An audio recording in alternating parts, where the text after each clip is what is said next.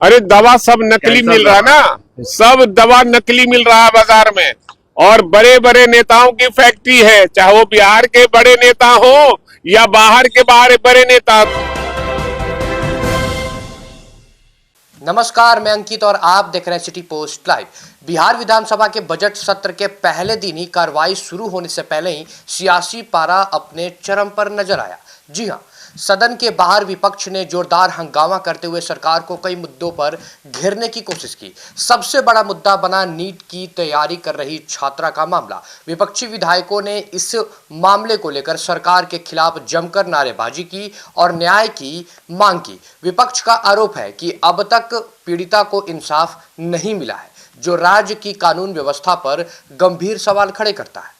हंगामे के दौरान आरजेडी विधायक भाई वीरेंद्र ने सरकार पर सीधा हमला बोला। उन्होंने कहा कि अगर आज तक नीट छात्रा को न्याय नहीं मिला है तो इसकी पूरी जिम्मेदारी राज्य सरकार की है।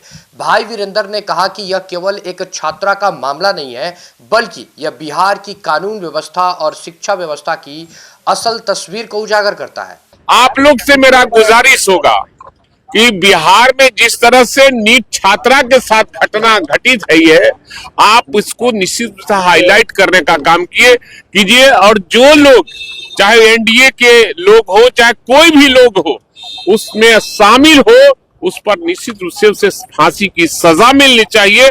अगर ये सजा नहीं मिलेगी तो हमारे बहू बेटी के साथ, आपके बहू बेटी के साथ ऐसा ही होगा जो ये नीट छात्रा के साथ। नीट छात्रा मामले के साथ साथ यूजीसी से जुड़े मुद्दों को लेकर पटना में प्रस्तावित प्रदर्शन पर भी भाई वीरेंद्र ने अपनी प्रतिक्रिया दी। लागू कराने के लिए पटना में प्रदर्शन है छात्र। मैं उनका समर्थन करता हूँ, उसका समर्थन मैं आम बजट हुआ है। छात्रा के मामले पे क्या लगता है कि गृह मंत्री की जवाबदेही नहीं बनती है? देखिए, पूरी सरकार की जवाबदेही बनती है और पूरे सरकार कटघरे में है, और सरकार कटघरे में जब खड़ी होती है तो उसको जवाब देना चाहिए निश्चित। इस दौरान बजट को लेकर भी भाई वीरेंद्र ने सरकार पर तंज कसा।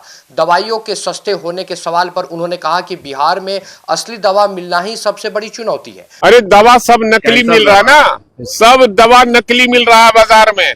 और बड़े बड़े नेताओं की फैक्ट्री है, चाहे वो बिहार के बड़े नेता हो या बाहर के बड़े नेता, सबकी कंपनियां 2 नंबर की दवा चला रही है।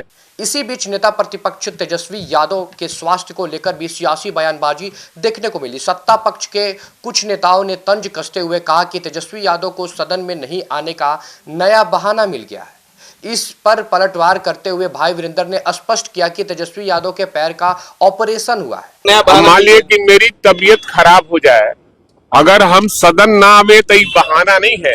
उनको सही माने में चोट लगी है और मैंने अपने आंखों से देखा है। मैं गया हूं उनसे भेंट करने, उनका ऑपरेशन हुआ है अंगूठे का, और वो ठीक रहेंगे, निश्चित रूप से सदन में आए। देखिए, कुल मिलाकर अगर देखा जाए तो बिहार विधानसभा के बजट सत्र के पहले दिन ही कार्रवाई शुरू होने से पहले ही राजनीतिक माहौल पूरी तरह गर्मा गया।